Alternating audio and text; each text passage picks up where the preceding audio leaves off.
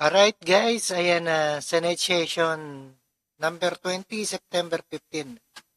Ito ay isang information on online news arm of Net 25 Network providing the latest news and update happening in the Philippines around the world. Alright, panoorin natin guys.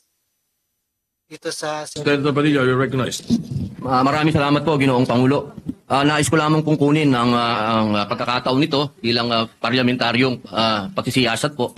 Naganap po ito sapagkat, Ginoong Pangulo, ako po'y naguguluhan. Sapagkat dito pong nakaraang Huwebes, meron pong naglabas na isang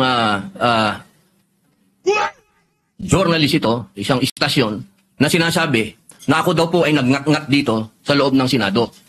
Ito po ay Ano po yung... middle finger po.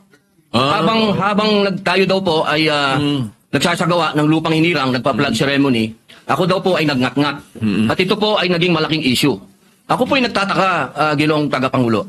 Sapagkat noong pong dati, na binigyan ako ng issue na isang chismis, naglabas po kaagad ang ating Sergeant of Arms ng report at binigay niya po kaagad sa media.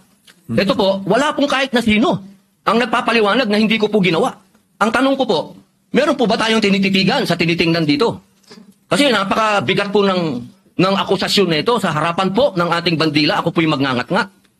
At gusto ko pong ipaalam sa ating mga kasama, kung politika lang, handa po ako mag-resign. Pero pagka religion ko po ang pinag-usapan, kahit sino sa inyo, kung ano gusto nyo, wala pong problema.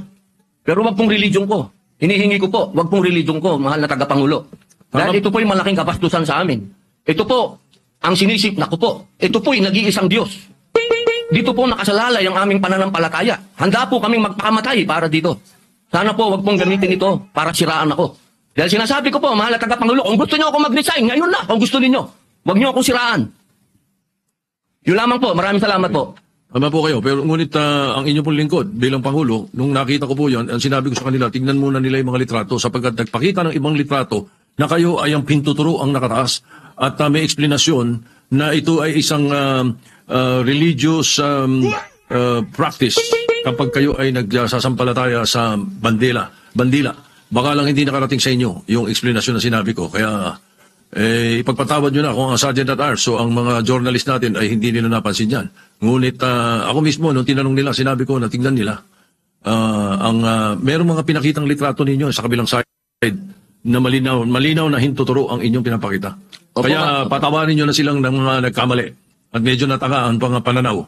Opo, mainam po sana maglabas din po ng formal na investigasyon at formal na pahayag ang Senado patungkol po dito.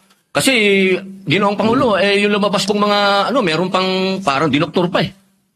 Meron pong, malabo yung isang litrato eh. Meron pong nilabas sa apology ang Rappler sa inyo. Opo. Na ito ay mali ang pagkakasabi nila na kayo ay merong ginawang tawag niyo po, ingat-ngat. Opo. Alam niyo po, Ginoong Pangulo. Humingi ng tawad sa inyo. Ayan, Opo, pero napakainam po kung manggagaling po sa Senado sapagkat marami naman pong camera dito ang magsasabi na hindi ko po ginawa yan. Hindi ko po magagawa yan. Napakalaking pambabastos po niyan. Hindi ko po magagawa, Ginoong Pangulo. Ako na mismo bilang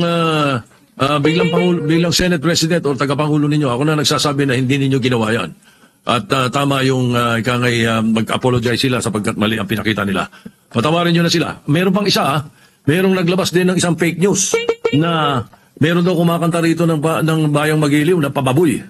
Papayagan ba natin mangyari dito yun? Hindi po totoo yun. Hindi nangyayari yun. Nandito kami at wala tayong nakitang kumanta ng Bayang Magiliw dito o ng lupang hinirang dito na mali.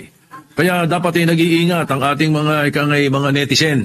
Na ibang napakahusay ng mga netizens natin kung tutuusin eh. Pero may mga ilan nakakasingit talaga ng mga fake news na ganyan.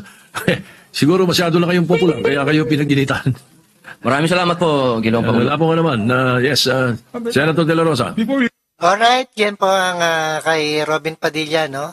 Nag-sign ng dirty finger dito sa Senate of Session hearing. Alright, maraming salamat and subaybay natin. Peace out.